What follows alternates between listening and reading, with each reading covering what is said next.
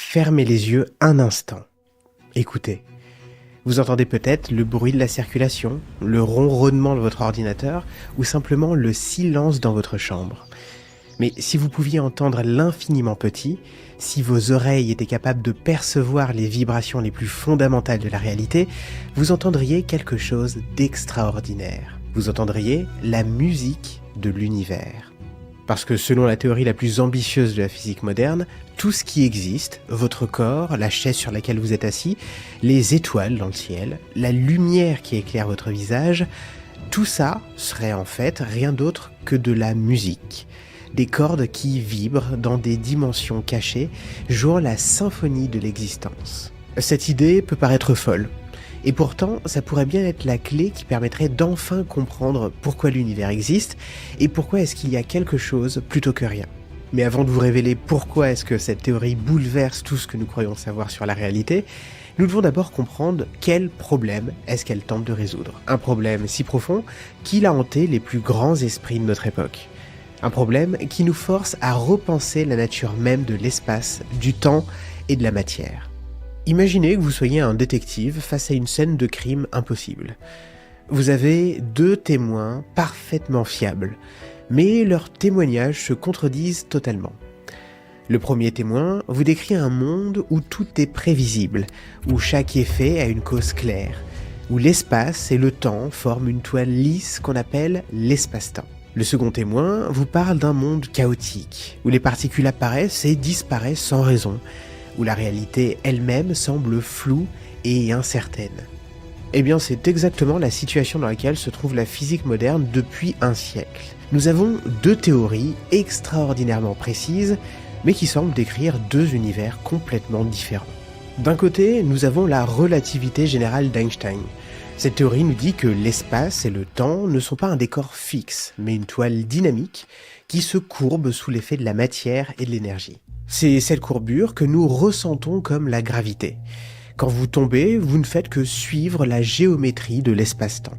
Cette théorie fonctionne à merveille pour décrire les planètes, les étoiles, les galaxies et même l'univers dans son ensemble. De l'autre côté, nous avons la mécanique quantique. Cette théorie nous révèle que dans l'infiniment petit, la réalité fonctionne selon des règles complètement différentes. Les particules peuvent être à plusieurs endroits en même temps. Elles peuvent traverser des barrières infranchissables, elles peuvent s'influencer instantanément à travers l'espace. Cette théorie explique parfaitement le comportement des atomes, des électrons et de toutes les forces de la nature, sauf une, la gravité. Et voilà le problème. Ces deux théories, qui sont les piliers de la physique moderne, sont incompatibles. Quand vous essayez de les combiner, quand vous tentez d'appliquer les règles quantiques à la gravité, vous obtenez des résultats absurdes, des infinis partout, des calculs qui n'ont aucun sens, des prédictions impossibles. C'est comme si vous aviez deux langues parfaites pour décrire la réalité, mais qu'elles venaient de planètes complètement différentes. Comment traduire l'une à l'autre ? Comment réconcilier l'inconciliable ? Pendant des décennies, les physiciens ont cherché une solution. Ils ont imaginé des théories de plus en plus complexes, exploré des mathématiques de plus en plus abstraites. Mais rien ne fonctionnait vraiment. Jusqu'à ce qu'un jour, un jeune physicien italien, en 1968, fasse une découverte qui allait changer le cours de la physique. Il ne cherchait pas à révolutionner notre compréhension de l'univers. Il essayait simplement de résoudre un problème technique sur des particules nucléaires. Ce qu'il a trouvé était bien plus grand que ce qu'on s'imaginait.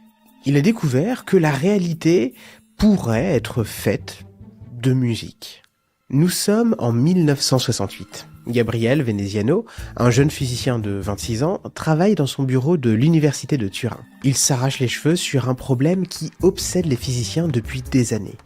Comment expliquer le comportement étrange des particules dans le noyau atomique ? Ces particules, qu'on appelle des hadrons, se comportent de façon bizarre. Quand elles entrent en collision, elles ne rebondissent pas comme des boules de billard. Elles semblent danser ensemble, s'échanger de l'énergie selon des patterns mystérieux, créer de nouvelles particules selon des règles que personne ne comprend. Veneziano cherche une équation, une formule mathématique qui pourrait décrire ces interactions.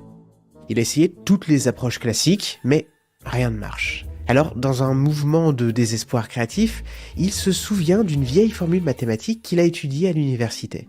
la fonction bêta de l'air, inventée au XVIIIe siècle pour résoudre des problèmes de géométrie. Cette fonction n'a rien à voir avec la physique des particules. C'est un outil mathématique abstrait, une curiosité historique.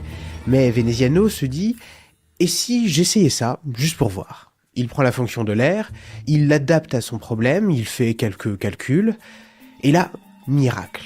Non seulement ça marche, mais ça marche extrêmement bien. La formule prédit exactement le comportement des hadrons avec une précision stupéfiante. Mais il y a un problème énorme. Quand Veneziano analyse sa formule de plus près, il se rend compte qu'elle ne décrit pas des particules ponctuelles comme tout le monde le pensait. Elle décrit plutôt des objets étendus, comme des filaments, comme des cordes. Il faut vraiment comprendre la surprise. C'est un petit peu comme si vous cherchiez à comprendre pourquoi est-ce qu'une balle rebondit et que vous découvriez soudain que la balle n'était pas une sphère, mais une corde de violon. Au début, personne ne prend cette idée au sérieux. Des cordes, dans l'infiniment petit, ça semblait ridicule.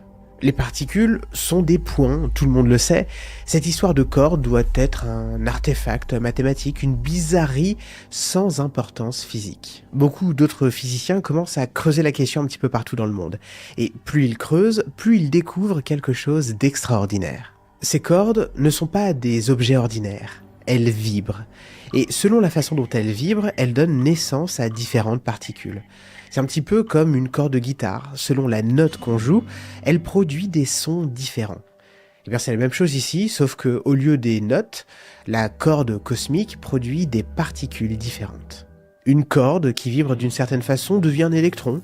La même corde, vibrant différemment, devient un photon, ou un quark, ou n'importe quelle autre particule. Toute la diversité de la matière ne serait rien d'autre que différentes notes d'un instrument cosmique. Mais ça n'est que le début.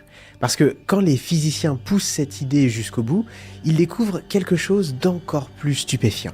Pour comprendre ce qui va suivre, nous devons d'abord faire un voyage dans l'infiniment petit. Un voyage si profond dans la matière que nous allons atteindre les limites même de ce que signifie exister. Imaginez que vous puissiez rétrécir, encore et encore, jusqu'à devenir plus petit qu'un atome.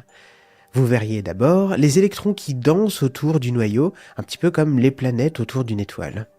Puis vous plongerez dans le noyau lui-même.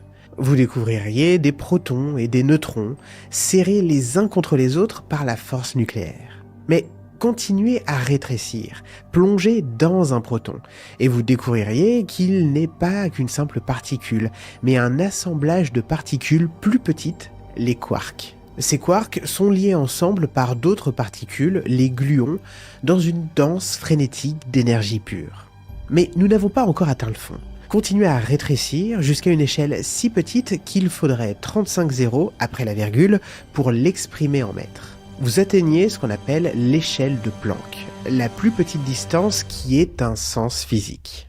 Et là, selon la théorie des cordes, vous découvririez la vérité ultime sur la réalité. Vous ne verriez plus des particules ponctuelles, ces points sans dimension que nous imaginons depuis un siècle.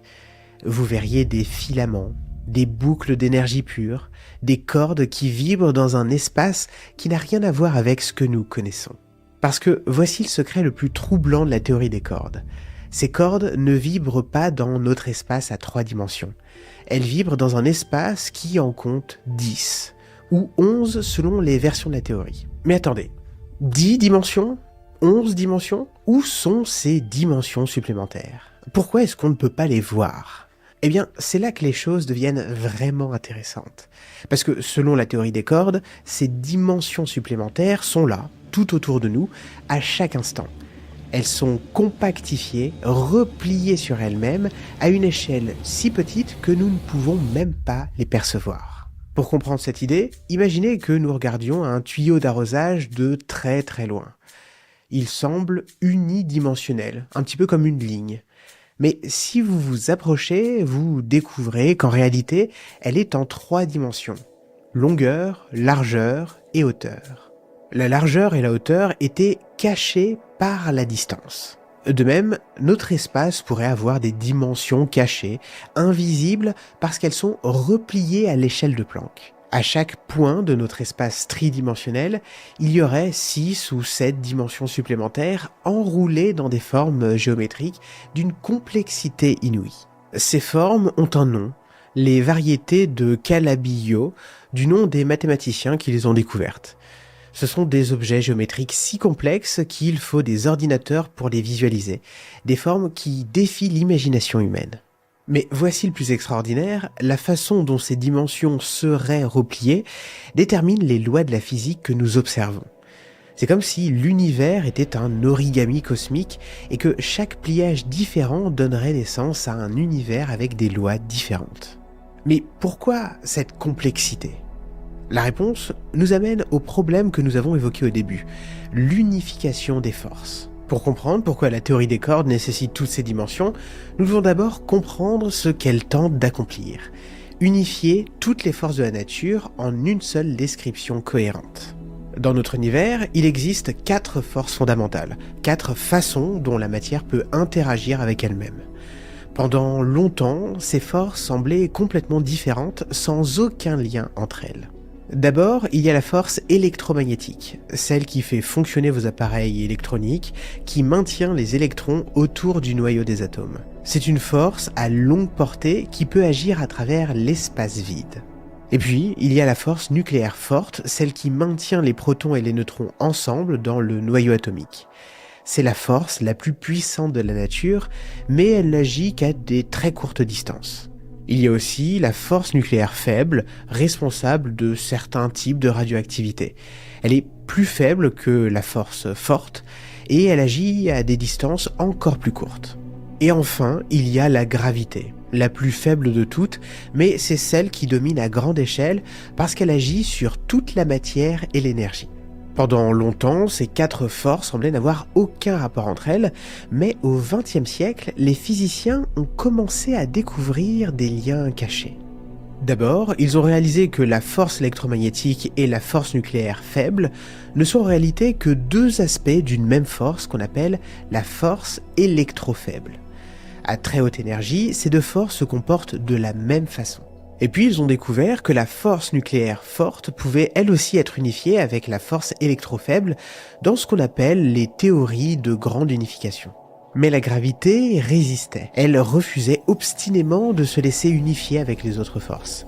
Chaque tentative se soldait par un échec. Chaque calcul semblait impossible et donnait des résultats absurdes. Et c'est là qu'intervient la théorie des cordes.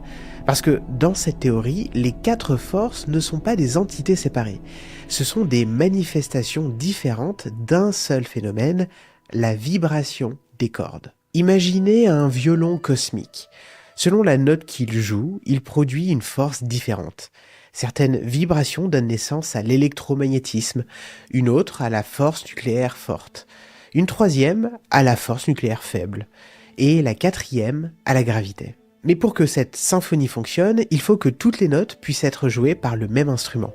Il faut que l'instrument ait suffisamment de cordes. Et c'est exactement ce que fournit les dimensions supplémentaires, l'espace nécessaire pour que les cordes puissent vibrer selon tous les modes requis. C'est comme si vous vouliez jouer une symphonie de Beethoven sur un violon avec une seule corde. C'est impossible. Vous avez besoin de plusieurs cordes différentes, accordées différemment, pour produire toute la richesse harmonique de la musique.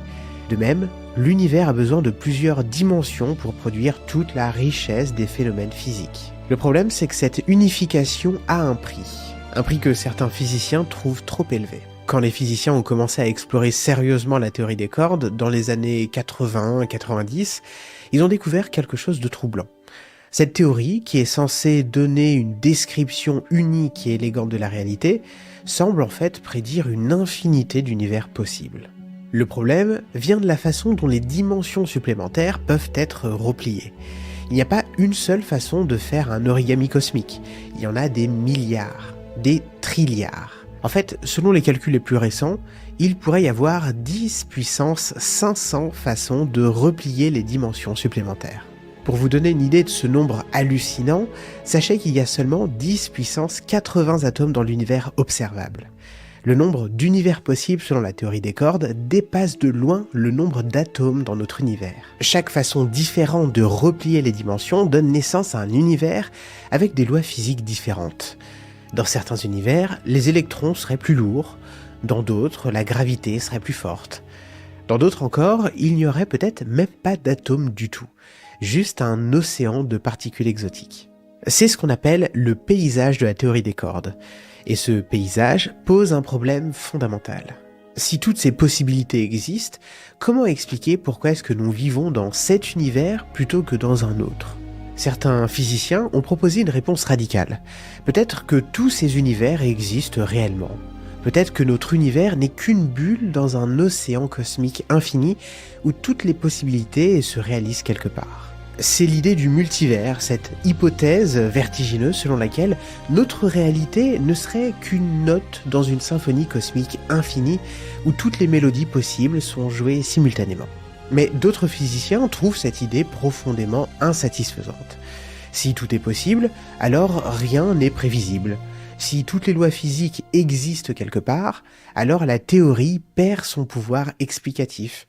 Elle devient une théorie qui explique tout et donc rien. C'est l'un des grands débats qui agitent la physique moderne.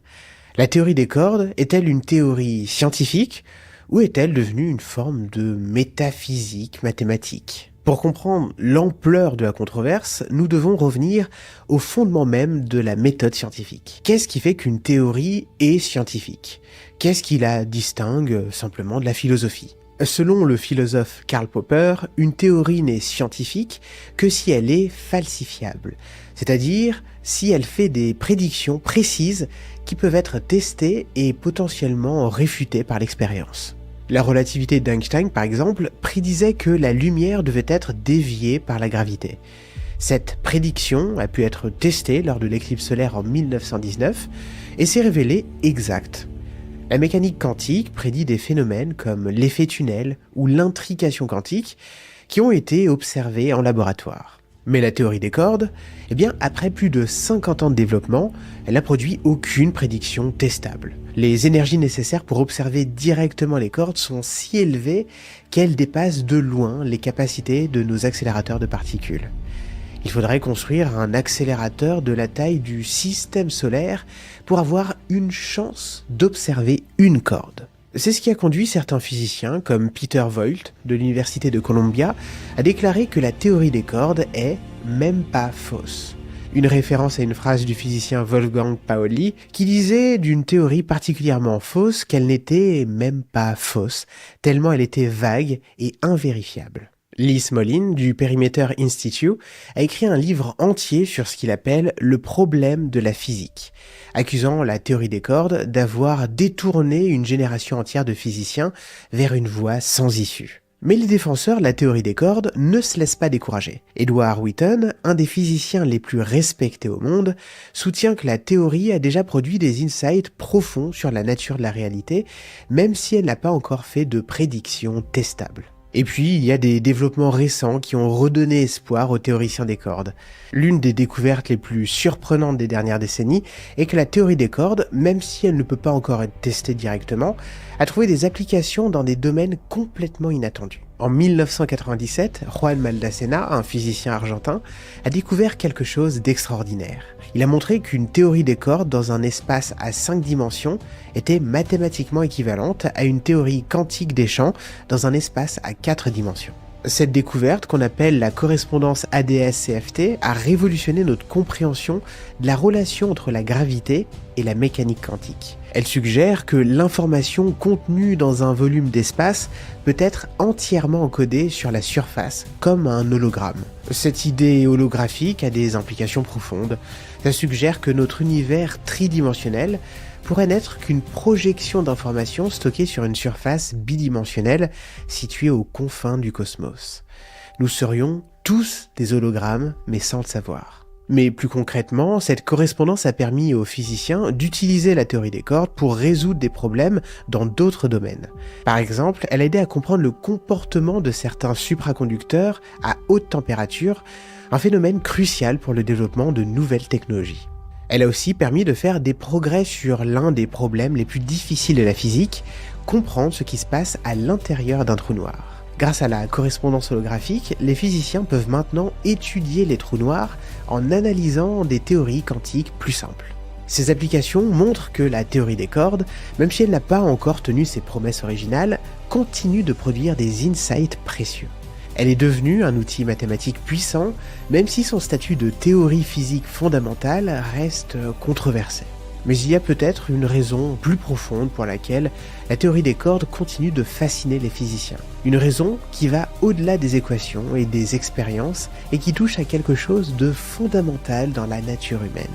Il y a quelque chose de profondément satisfaisant dans l'idée que toute la complexité de l'univers puisse émerger d'un principe simple, que toute la diversité de la matière, de l'énergie, que toutes les forces, que toutes les particules ne soient que différentes notes d'une mélodie cosmique. Cette quête de l'unification n'est pas nouvelle, elle remonte aux philosophes grecs qui cherchaient déjà l'élément fondamental dont tout le reste était fait.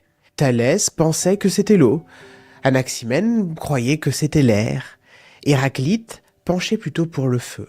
Mais c'est Pythagore qui a eu l'intuition la plus profonde. Il a découvert que les harmonies musicales correspondaient à des rapports mathématiques simples. La note qui sonne une octave plus haut a une fréquence exactement double. L'accord parfait correspond à un rapport de 3, 4, 5. Cette découverte l'a mené à une idée révolutionnaire. Tout est nombre. L'univers tout entier, pensait-il, était construit sur des principes mathématiques. Les planètes elles-mêmes, dans leur course, produisaient une musique des sphères, inaudible à l'oreille, mais perceptible à l'esprit. Cette vision pythagoricienne a inspiré des générations de scientifiques. Kepler cherchait les harmonies dans les orbites planétaires. Newton découvrait que les mêmes lois régissaient la chute des pommes et le mouvement de la Lune. Einstein rêvait d'une théorie unifiée qui révélerait l'harmonie cachée de l'univers. La théorie des cordes est l'héritière directe de cette tradition. Elle nous dit que l'univers est littéralement fait de musique, que chaque particule est une note dans une symphonie cosmique et que les lois de la physique ne sont rien d'autre que les règles de l'harmonie universelle. Si la théorie des cordes est vraie, alors chaque atome de votre corps est une note dans une partition cosmique. Votre cœur qui bat, vos neurones qui s'activent, vos cellules qui se divisent, tout cela ne serait que de la musique, des variations d'un thème universel. Et quand vous écoutez une symphonie de Beethoven ou une chanson qui vous émeut, vous ne faites peut-être que reconnaître l'écho de votre propre nature profonde. Vous entendez l'univers qui chante en vous et vous qui chantez avec l'univers.